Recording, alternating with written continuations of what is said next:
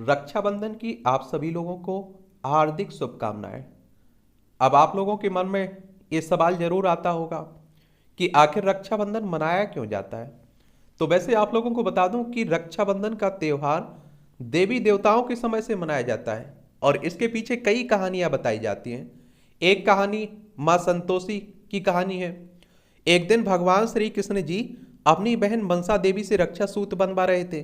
तभी उनके दोनों पुत्र शुभ और लाभ ने देख लिया और इस रस्म के बारे में पूछा। तब भगवान श्री गणेश ने इसे एक सुरक्षा कवच बताया था और उन्होंने बताया कि यह रक्षा सूत्र आशीर्वाद भाई और बहन के प्रतीक का है। और यह सुनकर शुभ और लाभ ने अपने पिता से जिद की, उन्हें एक बहन चाहिए। और कहते हैं कि अपने बच्चों की जिद के आगे हार कर भगवान गणेश ने अपनी शक्तियों से एक ज्योति उत्पन्न की और अपनी दोनों पत्नियों रिद्धि और सिद्धि की आत्मशक्ति के साथ इसे सम्मिलित किया। और कहते हैं कि उस ज्योति से एक कन्या संतोषी का जन्म हुआ और दोनों भाइयों को रक्षाबंधन के मौके पर एक बहन मिली। माँ लक्ष्मी और राजा बलि की कहानी भी इससे जुड़ी हुई है। कहते हैं कि जब असुर राजा बलि के दान धर्म से खुश होकर भगवान विष्णु ने उनसे उससे वरदान मांगने को कहा, तो राजा बलि ने विष्णु भगवान से अपने साथ पाताल लोक में चलने को कहा और उनके साथ वहीं रह जाने का वरदान मांगा। तब विष्णु भगवान उनके साथ बैकुंठ धाम को छोड़कर पाताल लोक चले जाते हैं और कहते हैं कि बैकुंठ में माता लक्ष्मी अकेली पड़ जाती हैं और भगवान विष्णु को दोबारा बैकुंठ लाने के लिए अनेक प्रयास करती हैं। फिर एक दिन माँ लक्ष्मी राजा बलि के यहाँ एक गरीब महिला के रूप धारण करके जाती हैं और कहते हैं जब माँ एक दिन रोने लगी तब राजा बलि ने उनसे रोने का कारण पूछा। माँ ने बताया कि उनका कोई भाई नहीं है, इसलिए वे उदास हैं। ऐसे में राजा बलि ने उनका भाई बनकर उनकी इच्छा पूरी की और माता लक्ष्मी ने राजा बलि की कलाई पर रक्षा सूत्र बांधा और फिर राजा बलि ने उनसे इस पवित्र मौके पर कुछ मांगने को कहा और माँ लक्ष्मी ने विष्णु जी को अपने वर के रूप में मांग लिया और इस तरह से श्री विष्णु भगवान बैकुंठ धाम वापस आ जाते हैं। श्री कृष्ण द्रौपदी की कहानी जुड़ी हुई है। महारानी कर्णावती सम्राट हुमायूं की कहानी जुड़ी है। यमो और यमुना की कहानी जुड़ी हुई है। तो आप भी अपने भाई से अगर कोई बहन मांगती है कुछ, तो मैं कहता हूँ कि ये जरूर मांगिए कि दूसरे की बहनों की सम्मान रिस्पेक्ट जरूर करें और कहीं भी कुछ भी महिलाओं के साथ बहनों के साथ गलत हो रहा है तो वहाँ अपना मुंह जरूर खोलें, जरूर वहाँ आवाज़ उठाएं उन बहनों के लिए। इसरो ने पूरा किया आदित्य L1 की लॉन्चिंग का रिहर्सल। ये इसरो यानी कि इंडियन स्पेस रिसर्च ऑर्गेनाइजेशन की बात हो रही है। आप सभी जानते हैं कि हमारी अंतरिक्ष एजेंसी है और कब इसकी स्थापना हुई थी? 15 अगस्त 1969 में बेंगलोर में हेडक्वार्टर देखने को मिलेगा। 2 दिन बाद एक और ऐतिहासिक उड़ान के लिए इसरो तैयार है। 2 सितंबर को दोपहर 11:50 पर लॉन्च होगा यह अभियान। इस्माइल पीली यह एक image of the Chandrayaan-3 mission है, देख लीजिए, ये आप देखेंगे। आदित्य एल पूर्णतः सऊदी से प्रयास है और इंटरनेट मीडिया पर लिखे एक पोस्ट में इसरो ने कहा है कि प्रक्षेपण की तैयारी प्रगति पर है। लॉन्चिंग का पूर्वाभ्यास और रॉकेट का आंतरिक पड़ताल पूरी हो गई है। आदित्य एल मिशन का उद्देश्य L1 के चारों ओर की कक्षा से सूर्य का अध्ययन करना है और इसमें आप देखते हैं कि विभिन्न तरंग बैंडों में सूर्य के फोटोस्फीयर, क्रोमोस्फीयर और सबसे बाहरी परत कोरोना का निरीक्षण करने के लिए 7 पेलोड लगे हैं। और इसरो ने एक अधिकारी से कहा कि आदित्य एल राष्ट्रीय संस्थानों की भागीदारी वाला पूर्ण स्वदेशी प्रयास है। और चंद्रमा की दक्षिणी ध्रुव पर रहस्यों की खोज में जुटे चंद्रयान-3 मिशन के विज्ञान रोवर ने चंद्र सतह पर विक्रम लैंडर का चित्र खींचा है और इसरो ने रोवर पर लगे नेविगेशन कैमरे द्वारा किए गए इस इमेज ऑफ द मिशन को एक्स पर साझा किया और लिखा। इस्माइल पीली प्रज्ञान रोवर ने बुधवार की सुबह विक्रम लैंडर का चित्र खींचा और आपको बता दूं कि चंद्रयान-3 मिशन के इस नेविगेशन कैमरे को इसरो की इकाई laboratory for electro optics systems ने विकसित किया है। चलिए, अच्छी बात है। अक्साई चीन में बंकर बना रहा है चीन। ये रिपोर्ट सैटेलाइट तस्वीर में सामने आई है। आप देखते हैं कि चीनी सेना की करतूत। एक सक्रिय नदी के तट पर तेजी से चल रहा है निर्माण और चीन के मानक चित्र पर सियासत तेज भी हो रही है। ये आप सभी को बता दूं कि चीन की सीमा जितने भी देशों से लगती है उसका सीमा विवाद सभी देशों से बना हुआ है। अब आप देखिए, हमारी सीमा लद्दाख, हिमाचल प्रदेश, उत्तराखंड, सिक्किम, अरुणाचल प्रदेश से लगती है। और आप सभी लोगों ने सुना होगा कि चाइना, आप देखते हैं कि लद्दाख में तो कब्जा करके बैठा हुआ है और अरुणाचल प्रदेश को भी अपना हिस्सा बताता रहता है। तो ये आप देखिए लद्दाख यहाँ इस तरह के कारनामे कर रहा है। और कुछ समय पहले हमारे सैनिक और चाइना के सैनिकों के बीच झड़प भी हुई थी। मुंबई बैठक से पहले पीएम पद के दावेदार बढ़े। ये आप सभी जानते हैं कि इंडिया जो गठबंधन बना है 2024 के लिए, आप सभी जानते हैं कि उसी में आप देखते हैं दूल्हे की बात होने लगी कि प्रधानमंत्री पद का दावेदार कौन होगा। तो आप लोगों को बता दूं कि दो लोकसभा में सीटें कितनी हैं, टोटल सीटें हैं 543। अब आप देखिए कि बड़ा मुश्किल है एक गठबंधन होना। अगर गठबंधन हो जाता है तो आप सभी जानते हैं कि बीजेपी को भारी नुकसान मिलेगा, क्योंकि एक उम्मीदवार के सामने फिर एक ही उम्मीदवार होगा, तो इसका नुकसान तो बीजेपी को झेलना पड़ेगा। और लोकसभा का चुनाव डायरेक्ट जनता के द्वारा होता है। ये चुनाव करवाता कौन है? अगर आपको चुनाव लड़ना है ना लोकसभा का, तो आपकी उम्र कम से कम 25 साल होनी चाहिए। अधिकतम उम्र की सीमा नहीं रखी गई है। और आपकी उम्र 18 साल हो चुकी हुई तो वोटर सूची में नाम जुड़ चुका होगा, आप लोग वोट डालने भी जाते होंगे। और आपको बता दूं कि ये चुनाव करवाता है इलेक्शन कमीशन ऑफ इंडिया, भारतीय निर्वाचन आयोग, एक संवैधानिक संस्था है। संविधान के अनुच्छेद 324 के तहत इसकी स्थापना की बात की गई है। 25 जनवरी 1950 में स्थापना हुई थी। नई दिल्ली में हेडक्वार्टर देखने को मिलेगा। पहले मुख्य चुनाव आयुक्त हमारे सुकुमार सेन थे। 80% भारतीय मोदी के कामकाज से संतुष्ट हैं, प्यू सर्वेक्षण कह रहा है। 70% भारतीय मानते हैं कि देश अधिक प्रभावशाली हुआ है। दुनिया भर में 46% लोगों ने भारत के बारे में अनुकूल राय व्यक्त की है। आप देखेंगे दिल्ली में रोडवेज में अमेजोन के सीनियर मैनेजर की हत्या आप देखेंगे।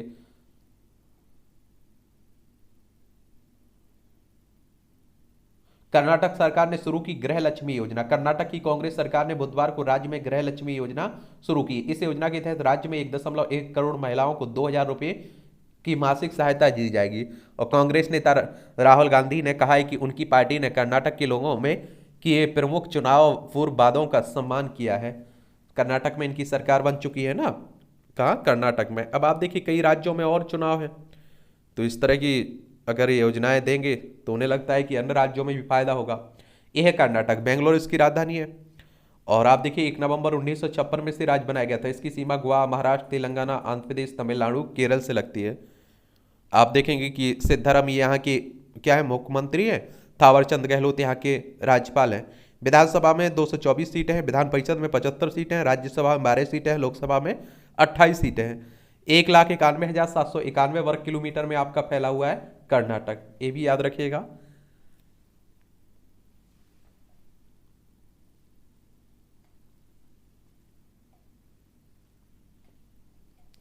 सहकारी समितियां भी बदल सकती हैं वोट का समीकरण।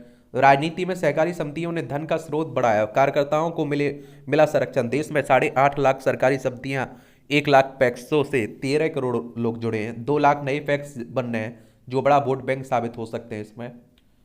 और राजनीतिक सोच सोच पर भी पड़ेगा इसका असर। और सहकारिता ने शीर्ष पर पहुंचाया है। चलिए, एक खबरें आपकी राष्ट्रीय राजधानी दिल्ली से जुड़ी हुई है। आप सभी जानते हैं केंद्र शासित प्रदेश है, नई दिल्ली इसकी राजधानी है।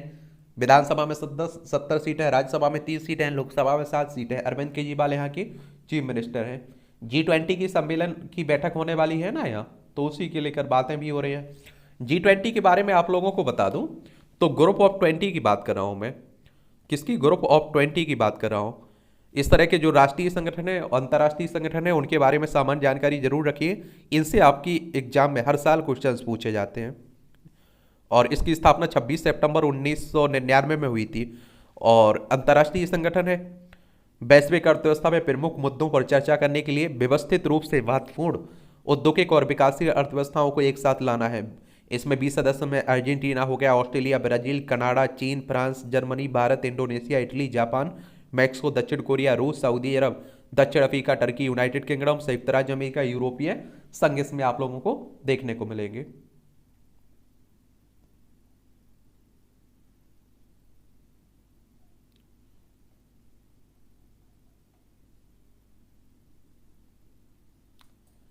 पांच विधानसभा के चुनाव का सितंबर के अंत तक हो सकता है ऐलान। ये आप देखिए मध्य प्रदेश हो, राजस्थान हो, छत्तीसगढ़ हो, तेलंगाना हो, इन सब में चुनाव होना है ना, तो उन्हीं की लेकर बातें हो रही है।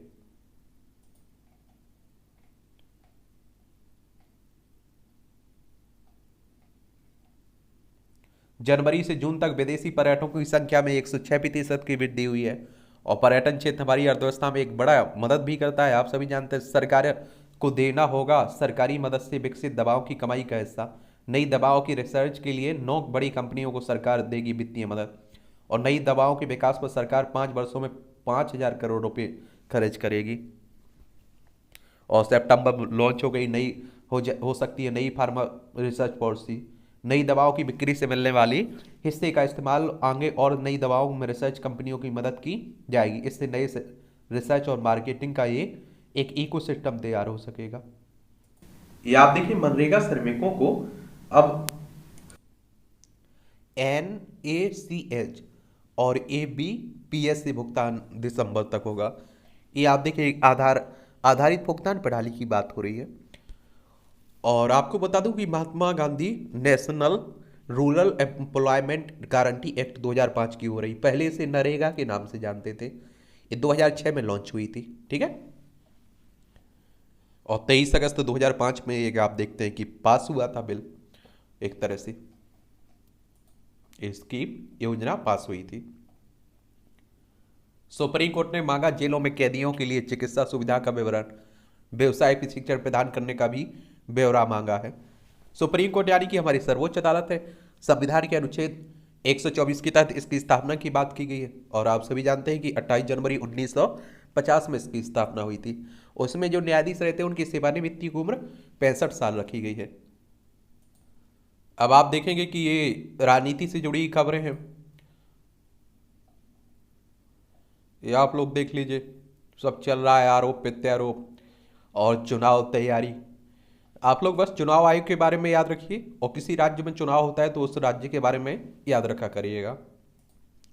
उत्तराखंड मृत्यु के विवरण के लिए बगैर ही कर दिया लाखों का भुगतान। पिछले दिनों नियंत्रक महालेखा परीक्षक कैग ने राज्यों को लेकर आयुष्मान योजना पर जारी रिपोर्ट में सबसे ज्यादा जिसमें गड़बड़ी सामने आई है वह योजना के लिए अस्पतालों के चयन को लेकर। ये आप देखते हैं कि 2018 में एक योजना आई थी ना आयुष्मान, उसी की बात हो रही है। आज आप लोग कैग के बारे में एक सामान्य जानकारी लिखिएगा। बाकी आप देखते हैं कि हमारे देश में कोई योजना है उसमें आप देखते हैं कि क्या भ्रष्टाचार ना हो, ये संभव है?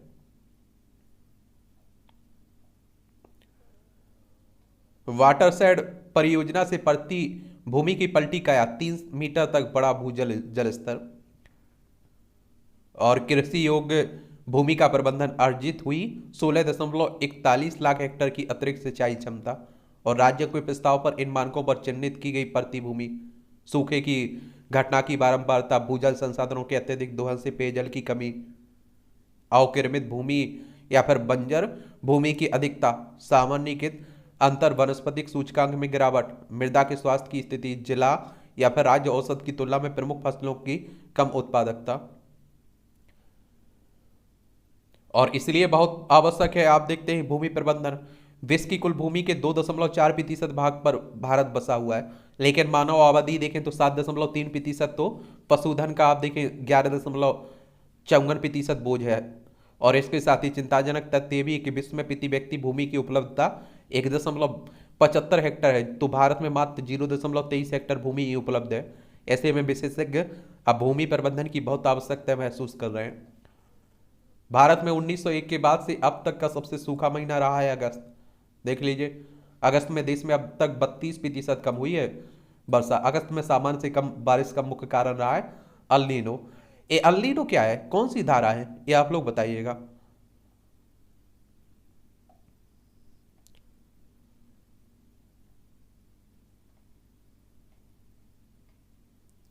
ये उत्तरी कश्मीर के उड़ी सेक्टर में अब पूरी तरह बदल गया माहौल। स्थानीय लोगों ने सेंडा मिलकर मनाया जश्न जश्न ए रुस्तम सांस्कृतिक महोत्सव। ये आप सभी जानते हैं कि यहाँ से 370-35 हस्ती हट चुका है ना, तो उसी की बात हो रही है, अब शांति मानी जा रही है।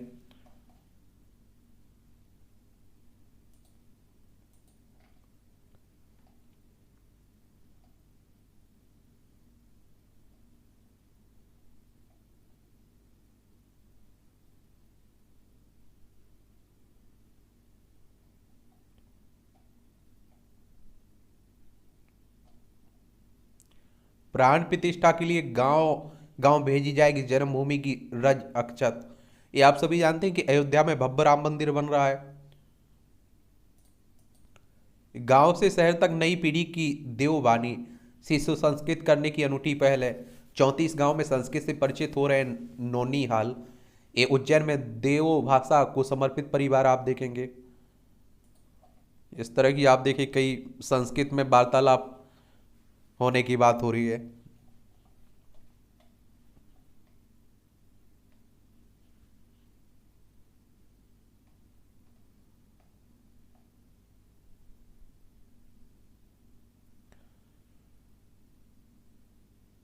ये उत्तराखंड में रेस्टोरेंट व होम स्टे में सीटीपी पर रिपोर्ट तलब की गई है।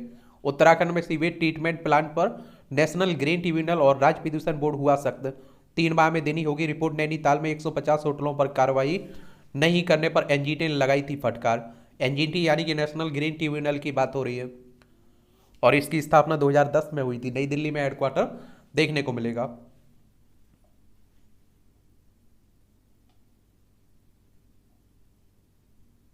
ये धर्म कांटे पर भ्रष्टाचार का धर्म। रेलवे में स्कैप घोटाला। वर्कशॉप में नीलाम किए गए स्कैप का ऐसा होता है वजन। रेलवे का स्कैप नीलाम किया जाता है। इसमें जो भी बोलीदाता अधिक बोली लगाता है उसे लोहा उठाने का ऑर्डर दिया जाता है। इसके लिए बोलीदाता रेलवे के खजाने में राशि जमा करता है और फिर डिलीवरी के लिए जगहधारी वर्कशॉप आना होता है। नियम के अनुसार जो भी ट्रक वर्कशॉप में आता है उसका पहले खाली वजन कराया जाता है और फिर स्कैप लोड कर वजन कराया जाता है। इस सारी प्रक्रिया में 2-3 विभाग शामिल होते हैं, स्टॉक वेरीफायर, एसएससी और आरपीएफ, और आप देखिए बोलीदाता इस शामिल होता है। संयुक्त हस्ताक्षर के बाद डिलीवरी होती है। तो इसी में आप देखते हैं कि घपले की बात आ रही है। अब आप देखेंगे ये संपादकीय पार्ट है एडिटोरियल से, और इसे भी आप लोग पढ़ा करिएगा। ये प्रीलिम्स हो, मुख्य परीक्षा हो, इंटरव्यू हो, हर जगह आपको मदद पहुंचाते हैं, एक सामान्य जानकारी मिलती है। जब आप लोग आंसर राइटिंग करते हैं, निबंध लिखते हैं, तो उसके लिए भी आंकड़े मिलते हैं यहाँ से। युवाओं को राजनीति से जोड़ने की चुनौती। संसदीय चुनाव में उतरने की आयु सीमा घटाने की चर्चा राजनीतिक गलियारों में काफी समय से चल रही है। यह मुद्दा बहुत जोर शोर से तो नहीं, लेकिन यदा कदा सतह पर आ ही जाता है। आगामी आप चुनाव से पहले यह मुद्दा फिर चर्चा में। संसद की कार्मिक लोक शिकायत और कानून और न्यायिक मामलों की समिति ने के सुझाव से इस बहस पर ने फिर जोर पकड़ा। सुशील कुमार मोदी के नेतृत्व वाली समिति ने चुनाव लड़ने के लिए न्यूनतम आयु 25 वर्ष को घटाकर 18 वर्ष किए जाने की बात कही है कि 18 वर्ष में हम वोट डाल सकते हैं लेकिन नेता नहीं बन सकते हैं। इससे पहले दिसंबर 2022 में जयंत चौधरी ने संसद में इस विषय पर निजी सदस्य विधेयक पेश किया। हालांकि चुनाव आयोग ने आयु सीमा घटाने के इस प्रस्ताव पर सहमति नहीं जताई। चुनाव लड़ने के लिए आयु सीमा घटाने की वकालत करने वालों का तर्क है कि इससे राजनीति में युवाओं की भागीदारी बढ़ेगी।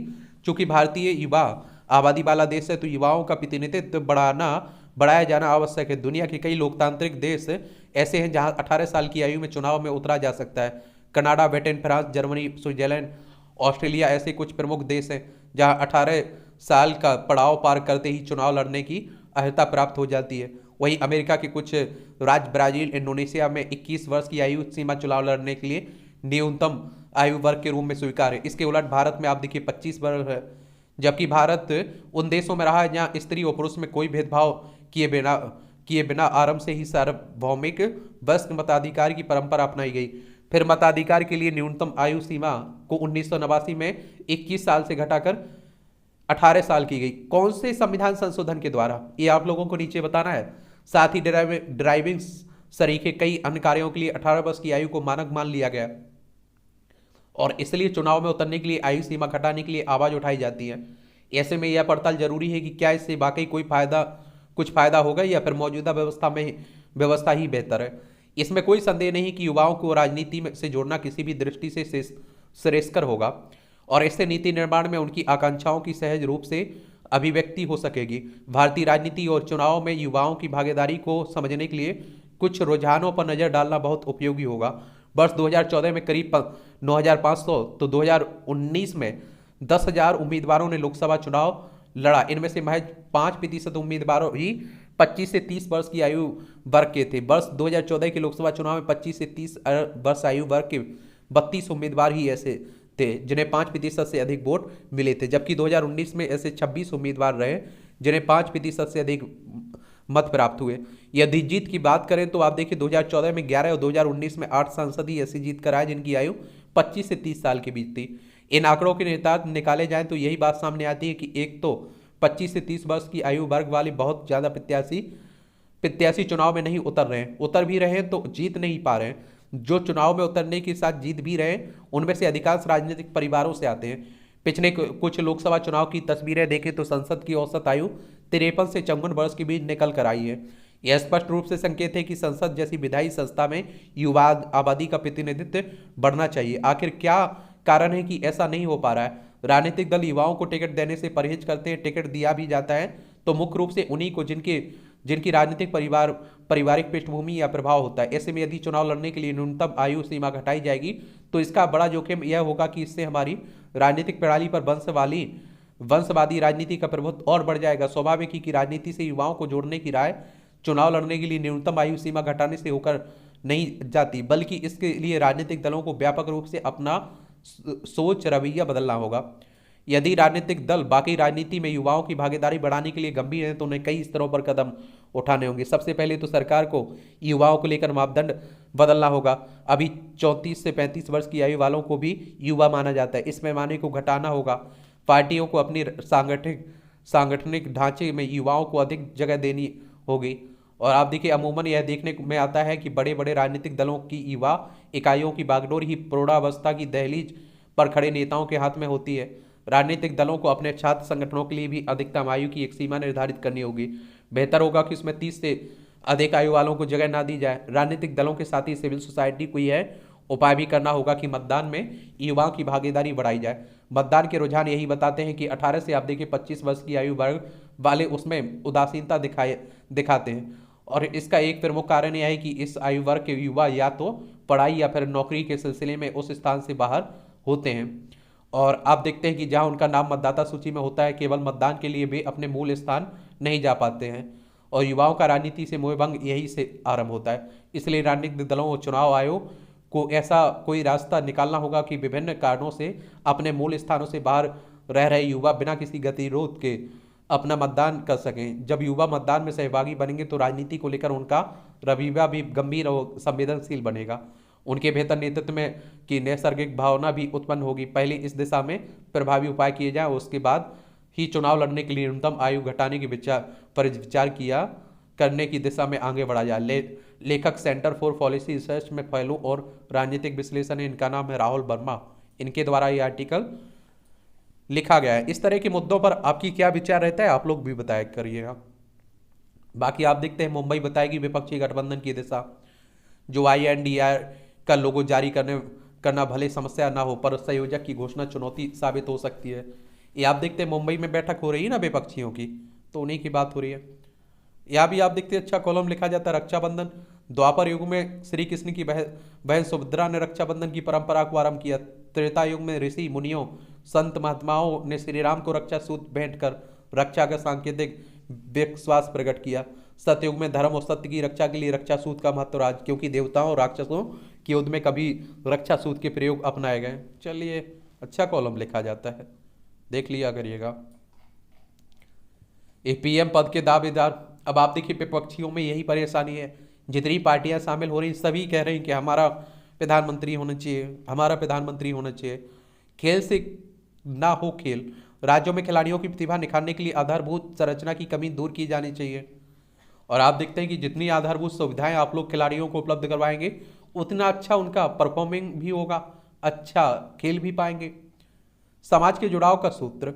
रक्षाबंधन का पर्व केवल पारंपरिक उत्सव नहीं है, यह सामुदायिक जुड़ाव के भी कई पहलू समेटे हुए। असल में इस त्योहार का संबंध रक्षा करने के वचन से है, इसलिए भी जो भी रक्षा करने वाला है संरक्षण के भाव को पोषित करता है और उसके प्रति आभार दर्शाने के लिए भी रक्षा सूत्र बांधने की परंपरा। भाई बहन के पावन रिश्ते को मजबूती देने वाला यह पर्व जीवन ही नहीं समाज से जुड़े दायित्वों की भी याद दिलाता है। इस रूप में यह बंधन सामाजिक समरसता का प्रतीक है। स्नेह के धागे एक दूसरे के कल्याण एवं उन्नति की कामना करते हैं। कभी ये धागे प्रकृति के संरक्षण की याद दिलाते हैं तो कभी इन स्नेहमयी सूत्रों में सैनिक भाइयों की आयुष की कामना समाई रहती है। हमारे देश के कई हिस्सों में रक्षाबंधन के दिनों पेड़ों को भी राखी बांधी जाती है। स्नेह की डोर वृक्ष को बांधने का अर्थ है कि उस वृक्ष की रक्षा की जिम्मेदारी लेना। प्रकृति हमारी जरूरतों को निस्वार्थ भाव से पूरा करती है। इसकी रक्षा के लिए भी हमें प्रकृति के संरक्षण के लिए खुद को समर्पित करना ही चाहिए।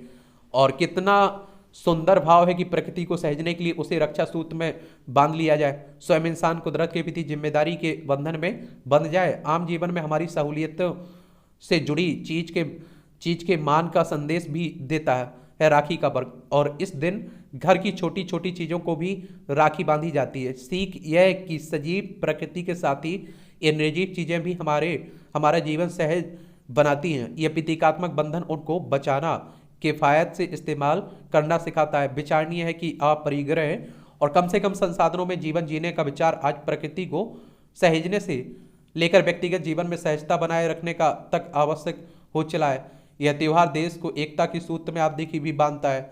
और याद रहे कि सीमा पर डटे देश की रक्षा करने वाले सैनिकों के लिए हर साल देश भर से राखियां भेजी जाती हैं। कहीं सृष्टि के रचयिता ईश्वर को भी रक्षा सूत्र बांधने जाने का रिवाज है। यह श्रद्धा एवं विश्वास के धागों से समाज को एक डोर में बांधता है। राखी बांधने और बंधवाने वाले व्यक्ति एक दूसरे के लिए कुछ दायित्व स्वीकारते हैं। पहले के समय में जब अपनी शिक्षा पूरी करने के बाद शिष्य गुरुकुल से विदा लेता था तो वह आचार्य का आशीर्वाद पाने के लिए उन्हें रक्षा सूत्र बांधता था। शिष्य भी अर्जित ज्ञान को भविष्य में सार्थक ढंग से काम में ले या कामना के लिए आचार्य अपने शिष्य को उम्मीद के धागे बांधते थे।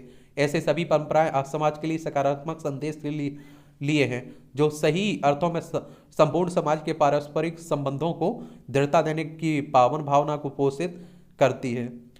ये आप देखेंगे यहाँ भी छोटी कॉलम है, ये भी आप लोग देख सकते हैं। भारत में कृषि संबंधी गतिविधियों पर प्रभाव। प्रकृति में निरंतर अनेक भौगोलिक घटनाएं अपने स्वाभाविक रूप में घटती रहती। इनमें से कुछ मानव जीवन के अनुकूल होती है तो कुछ परिस्थितियां जीवन निर्वाह के लिए कठिनाइयां पैदा करती है। पृथ्वी का औसत तापमान भी निरंतर बढ़ रहा है। इसके लिए जहां एक ओर मानव जनित गतिविधियां जिम्मेदार हैं, वहीं दूसरी ओर आप देखिए अल नीनो के रूप में प्रकृति की स्वयं की आंतरिक स्थिति भी इस संकट को बढ़ा रही है। लिहाजा अल नीनो ने कृषि के दुष्प्रभावित होने के को समझते हुए इस दिशा में आप देखिए सार्थक प्रयास करना होगा। माइक्रोप्लास्टिक स्वास्थ्य के लिए खतरा, ये भी कहा जा रहा है। मेरा तो दिल ही ऐसा खरी खरी तंज कसा जाता है एक तरह से। बहनों पर टिकी भाजपा कांग्रेस की आस, देख लीजिए। उद्योग के लिए आपदा में अवसर, ये मुंबई में हो रही ना बैठक। ये 32 कंपनियां लैपटॉप सर्वर पीसी बनाने को तैयार हैं। पीएलआई स्कीम के तहत उत्पादन में दिखाई दिलचस्पी, 17,000 करोड़ रुपए का इनिशिएटिव देगी सरकार। ये अच्छी बात है, आप देखेंगे। अमिताभ कांत समिति की रिपोर्ट के कई हिस्से बेहद चिंताजनक हैं, घर खरीदने के संगठनों ने कहा है। अटकी परियोजनाओं के समाधान के लिए नए सिरे से विचार करने अथवा नई समिति बनाने का सुझाव दिया जा रहा है। वित्त वर्ष की पहली तिमाही में 43 शहरों में घर महंगे हुए। जीएसटी इनवॉइस के आधार पर लोन देगा पीएनबी। ये आप देखिए, जीएसटी की बात करें तो आप सभी जानते हैं कि 2017 में आया था। शेयर ब्रोकिंग में उतरी फोन पे, नया प्लेटफॉर्म किया लॉन्च। इस्पात रसायन निर्यात पर रियायत रह सकती है जारी। आने वाले महीनों में स्थिर रहेगा महंगाई दर, वित्त मंत्री साहिबा कह रहे हैं। शुल्क का भुगतान कर चुके व्यापारी कर सकेंगे चावल का निर्यात। तेल कंपनियों को ही उठाना होगा एलपीजी दाम में कटौती का बोझ।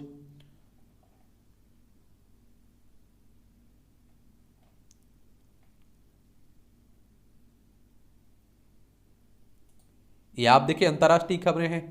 यूक्रेन ने रूस के 6 क्षेत्रों पर किए ड्रोन हमले, कई सैन्य विमान नष्ट हुए। देखिए आप देखिए, यूक्रेन है, रूस है, ये हमारा प्यारा भारत है। इन दोनों के बीच लंबे समय से युद्ध चल रहा है। पाकिस्तान में बिजली बिल के खिलाफ आप देखते हैं कि आंदोलन। चंद्रयान 3 का चांद पर उतरना नई भारत का विजय घोष है, अमेरिका कह रहा है। भारत व जापान के रिश्ते मजबूत कर चीन पर अमेरिकी निर्भरता करेंगे कम, रामास्वामी कह रहे हैं। ये आप देखिए, सर्वेक्षण में विवेक रामास्वामी रिपब्लिकन पार्टी की ओर से राष्ट्रपति प्रत्याशी बनने की होड़ में डोनाल्ड ट्रंप के बाद दूसरे नंबर पर हैं। प्रदूषण रोधी शुल्क वसूलने के खिलाफ लंदन में प्रदर्शन और तोड़फोड़, आप देखिए ब्रिटेन की राजधानी में। महारानी कैमिला ने भारतवंशी जासूस नूर इनायत के चित्र का किया अनावरण, लंदन स्थित रॉयल एयर फोर्स क्लब में। क्वाड देशों के विदेश मंत्री अगले महीने एनजीए से इतर कर सकते हैं बैठक। ये आप देखिए भारत भारत अमेरिका जापान और ऑस्ट्रेलिया का एक समूह है ना, क्वाड, उसी की बात हो रही। सिंगापुर में 1 सितंबर को राष्ट्रपति चुनाव, थर्मन दौड़ में भी आप देखते हैं शामिल हैं। गैबोन में तख्तापलट, सेना ने राष्ट्रपति को किया नजरबंद। गैबोन के राष्ट्रपति अल बोंगो उंडीवा ने जनता से किया विरोध का आह्वान। और बागी सैनिकों का दावा, 55 साल से देश पर शासन कर रहा था बोंगो परिवार। लिब्रोविले इसकी राजधानी है गैबोन की। इजराइल में मिला 2800 वर्ष पुराना वाटर चैनल। इजराइल के पुरावशेष प्राधिकरण के पुरातत्वविदों की टीम ने यरूशलेम के डेविड नेशनल पार्क में आप देखते हैं कि 2800 पुराने वाटर चैनल की इंटरनेशनल की खोज की है, जो अपनी तरह की पहली और अहम खोज मानी जाती रही है। तेल अवीव यूनिवर्सिटी और पुरावशेष प्राधिकरण के अनुसार इनका उपयोग संभवतः प्रथम मंदिर काल में किया गया था। और विशेषज्ञों का कहना है कि इस चैनल का उपयोग किसी प्रकार की उत्पादों को भिगोने और पानी की सप्लाई के लिए किया जाता होगा। और यरूशलेम में सोलोमन मंदिर के निर्माण की अवधि को प्रथम मंदिर काल कहा जाता है। ये आप देखिए खेल का क्षेत्र है, ये भी देख लिया करिएगा। एशिया कप में पाकिस्तान की खतरनाक टीम, अश्विन कह रहे हैं ये हमारे देश में क्रिकेट सबसे ज़्यादा पसंद किया जाता है।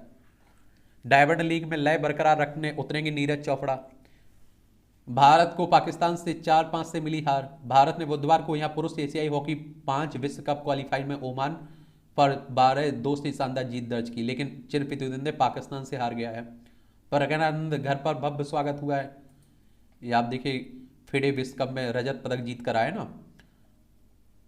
ये अड़िग हौसला, अपार हिम्मत, उत्कृष्ट प्रदर्शन का सूत्र है। मोहम्मद अनसर याहिया भारतीय धावक है, ये कह रहे हैं। इंग्लिश लीग में कप में उलटफेर का शिकार हुआ टॉटनहम। 2008 से ट्रॉफी रहित चल रही इंग्लिश क्लब। गत विजेता अलकराज आसानी से दूसरे दौर में आप देखिए यूएस ओपन में। गवर्नेंस में एआई से बढ़ रही सुविधाएं, एआई कृत्रिम बुद्धिमत्ता की बात हो रही है, ये भी आप लोग देख लिया करिएगा।